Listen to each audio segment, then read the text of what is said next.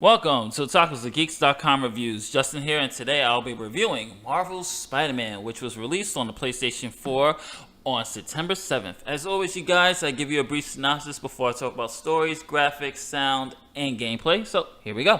Marvel's Spider-Man is a brand new original action-packed adventure for the famous web-slinger. Play as an experienced Spider-Man who has spent 8 years behind the mask, defeating new threats as they emerge.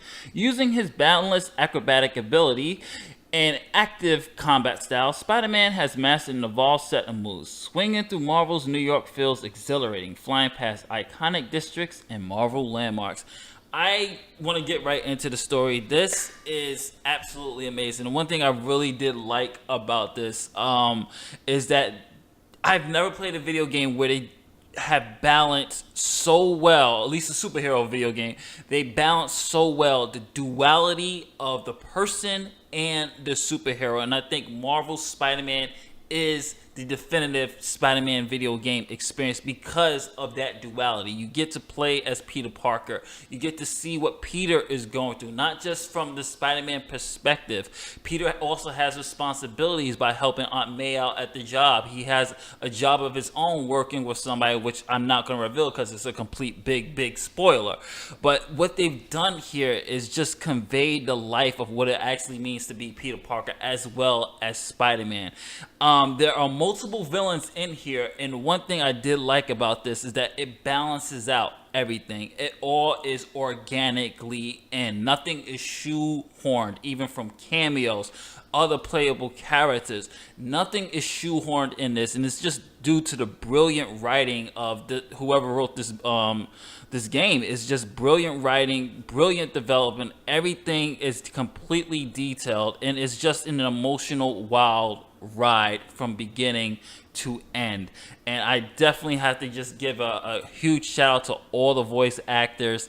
They did an amazing job. I mean, the acting is top notch here. Some of the best performances, especially from Yuri. Yuri is now my Peter Parker, and I really did enjoy that they gave us an adult Spider-Man as opposed to teenage Spider-Man. When you play the game, you'll see why.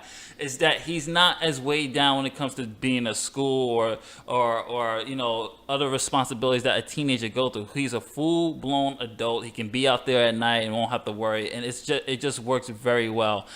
Just gotta give a big shout out to certain characters. This is one of the best Aunt Mays I've seen, even in any iteration. She is just such a lovable, sweet old lady, and just a brilliant performance as well. You really feel that motherly feel for her. So let's get a little bit into the gameplay, guys. Amazing story. That's all I'm gonna say. So the gameplay has some really cool features. First, before I actually talk about the combat system, one thing I really did like is how Spider-Man could just walk through the city and just, you know, greet the people and see the scenery. Some people support him, some people call him a menace, and they also have this really cool photo mode, which is becoming really big in certain aspects of the game. And photo mode, it really does work for Spider-Man because of, as you know, he used to work for the Daily Bugle, and he used to take pictures of himself all the time. So this nice selfie feature that they have, and for you to add filters, is pretty cool. And, you know, just to share online to see people's reactions to it is pretty cool. So let me show you some of the photos that I have taken here as Spider-Man. So as you see, he's on the you can see the Avengers there. He's swinging down, and then we have the next shot here, once again upside down, just taking a picture. Just, it's so cool. There's the Avengers Tower. It's so cool to have those type of features in here, which I really did enjoy. And just some really cool down-to-earth features, and really makes you feel like Spider-Man. So let's talk a little bit about the graphics here. The graphics is amazing. It's just such a beautiful thing to look at, as just you can see just from the swinging here. Just a little talk about the swinging real quick before I go back to the graphics. Swinging is very easy to do. R2 to swing, R2 to detach. You can hold it for a little bit longer speed. X to zip line, L2 and R2 to zip line as well. It looks fantastic. But one thing I really want to say is that they capture New York beautifully. You have certain landmarks, such as here, as you see, Madison Square Garden. You have the Empire State Building, Chrysler Building. You have even the Guggenheim Museum in here. And of course, you have certain landmarks from Marvel, like Jessica Jones' Alias Investigations. There's tons of Easter eggs in here, and just let me just pan so you can see how beautiful the actual city looks. It just looks absolutely amazing, from just the textures, the lighting, the use of the sun shining down on the buildings. This is just an absolute blast.